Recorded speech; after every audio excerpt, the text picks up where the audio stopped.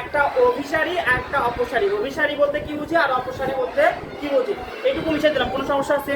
তাহলে আমরা অভিসারী আর অপসারীটা বুঝবো। অভিসারীটা কি?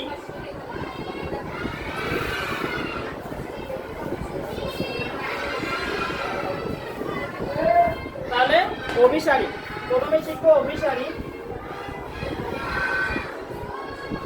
অভিসারী তাহলে অভিসারীটা কি আমরা মনে রাখবো, যদি একগুচ্ছ আলোকরশ্মি কোনো মসৃণ পৃষ্ঠে, কি পৃষ্ঠে?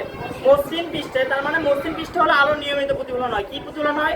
আলো নিয়মিত প্রতিফলন হয়। তাহলে মসৃণ পৃষ্ঠে যদি কি করি? আপাতিত করি। তাহলে আপাতিত করার পর যদি আমরা দেখি প্রতিফলনের পর বিন্দুদ্বয় একই পাশে মিলিত হয়েছে। বিন্দুদ্বয় কি পাশে মিলিত হয়েছে? প্রতিফলনের পর বিন্দুদ্বয় যদি কোন পাশে মিলিত হয়? একই পাশে মিলিত হয়, তখন সে হচ্ছে সেটাকে বলা হয় অভিসারী। সেটাকে কি বলা হয়? অভিসারী। অর্থাৎ বাস্তব প্রতিবিম্ব যেটাতে পাওয়া যায় সেটাকে বলা হয় অভিসারী। সেটাকে কি বলা হয়? অভিসারী। তার মানে আমরা যদি অঙ্কন করি, সংখ্যাটা লিখলাম না, সংখ্যাটা লিখে নিও। তার মানে আমরা যদি একটা চিত্র অঙ্কন করি, তাহলে এটা একটা গোলীয় দর্পণ। এটা একটা কি দর্পণ? গোলীয় দর্পণ। গোলীয় অবতল দর্পণ। কি দর্পণ? অবতল দর্পণ। তাহলে এই দর্পণের আমরা এটা প্রধান ফোকাস। এটা কি প্রধান ফোকাস? এটা কি হচ্ছে বক্রতার কেন্দ্র। এই বক্রতার কেন্দ্রের উপর আমরা যদি একটা হচ্ছে লক্ষ্যবস্তু রাখি, একটা কি রাখি? লক্ষ্যবস্তু। একটা লক্ষ্যবস্তুকে রাখলাম। তাহলে লক্ষ্যবস্তুকে আমরা কি করি? যদি কেন্দ্র গঠন করি তাহলে কি করব? দেখো, লক্ষ্যবস্তুকে যদি আমরা প্রথমে বক্রতার কেন্দ্র বরাবর ফেললে সেটা বক্রতার কেন্দ্র বরাবর কি যায়? প্রতিফলিত হয়। আমরা সূত্র শিখাচ্ছি, তাই শিখাচ্ছি না? তাহলে বক্রতার কেন্দ্র বরাবরই প্রতিফলিত হয়। তাহলে এটা গেল একটা নিয়ম। আমরা আরেকটা কি সমান্তরাল ভাবে যদি আপতিত করি, কিভাবে? সমান্তরাল ভাবে যদি প্রধান অক্ষের সমান্তরাল ভাবে যদি আপতিত করি, সেটা প্রধান ফোকাস দিয়ে যায়। কোন দিকে যায়? প্রধান ফোকাস দিয়ে যায়। আচ্ছা, তাহলে প্রধান ফোকাস দিয়ে যাচ্ছে। তাহলে দেখো, রশিদ্বয় কি হয়েছে? রশিদ্বয় কি হয়েছে? দেখো, এখানে মিলিত হয়েছে। মিলিত হয়েছে না? একই পাশে মিলিত হয়েছে না? যে পাশে লক্ষ্যবস্তু সে পাশে মিলিত হয়েছে। তার মানে এই পাশে মিলিত হইলে যেখানে মিলিত হয় সেখানে বিম্ব গঠন করে। এইরকম একই পাশে মিলিত হইলে সেটাকে বলা হয় অভিসারী। সেটাকে কি বলা হয়?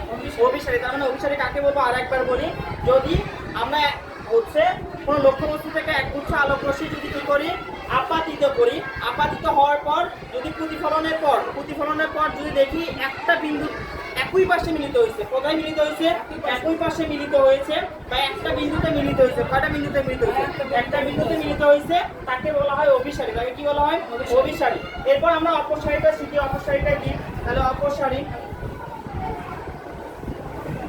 অপসারীটা কি? অপসারীটা কাকে বলে সেটা আগে বুঝি।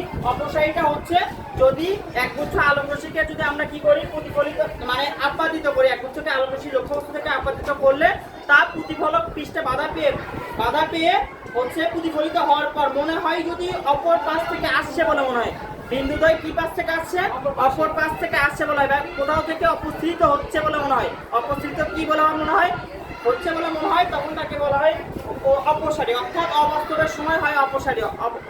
কি সময়? অবাস্তবের সময় অপসারী। মানে অন্য পাশ থেকে মিলিত হয়েছে, অন্য পাশের বিন্দু থেকে আসছে বলে কি হচ্ছে? মনে হয়। তাহলে আমরা আরেকটা গোলীয় দর্পণ আঁকি। তাহলে ধরো যে এইটা একটা গোলীয় দর্পণ, এটা গোলীয় অবতল দর্পণ। আমরা গোলীয় অবতল দর্পণে এইটা প্রধান ফোকাস, এইটা হচ্ছে বক্রতার কেন্দ্র। আমরা যদি এর মধ্যে লক্ষ্যবস্তু রাখি, তাহলে এই লক্ষ্যবস্তুটা কি করলাম? লক্ষ্যবস্তু থেকে আলোকরশ্মি, লক্ষ্যবস্তু থেকে কি রশ্মি? আলোকরশ্মি আমরা বক্রতার কেন্দ্র বরাবর আপাতিত করে দিলাম। বক্রতার কেন্দ্র বরাবর কি করে দিলাম? আপাতিত করে দিলাম। তাহলে বক্রতার কেন্দ্র দিয়ে কি হয়ে যাবে? ফিরে যাবে। আমরা যদি তারপরে সমান্তরাল ভাবে আপতিত করি, কিভাবে? সমান্তরাল ভাবে আপতিত করি, তা প্রধান ফোকাস দিয়ে যাবে। কোন দিকে যাবে? প্রধান ফোকাস। দেখো, প্রধান ফোকাস দিয়ে প্রতিফলিত হচ্ছে। এই পাশে কোথাও মিলিত হচ্ছে? এই পাশে মিলিত হচ্ছে না। তাহলে এই পাশে dot dot dot dot dot dot দিয়ে, এই পাশে dot dot dot dot dot dot দিয়ে এই পাশে কি হয়েছে? এই বিন্দুতে কি হয়েছে? মিলিত হচ্ছে। তারপরে অপর পাশ থেকে আসছে বলে মনে হচ্ছে। তাহলে এখানে বিম্ব গঠন হয়েছে। এখানে কি গঠন হয়েছে? বিম্ব গঠন হয়েছে।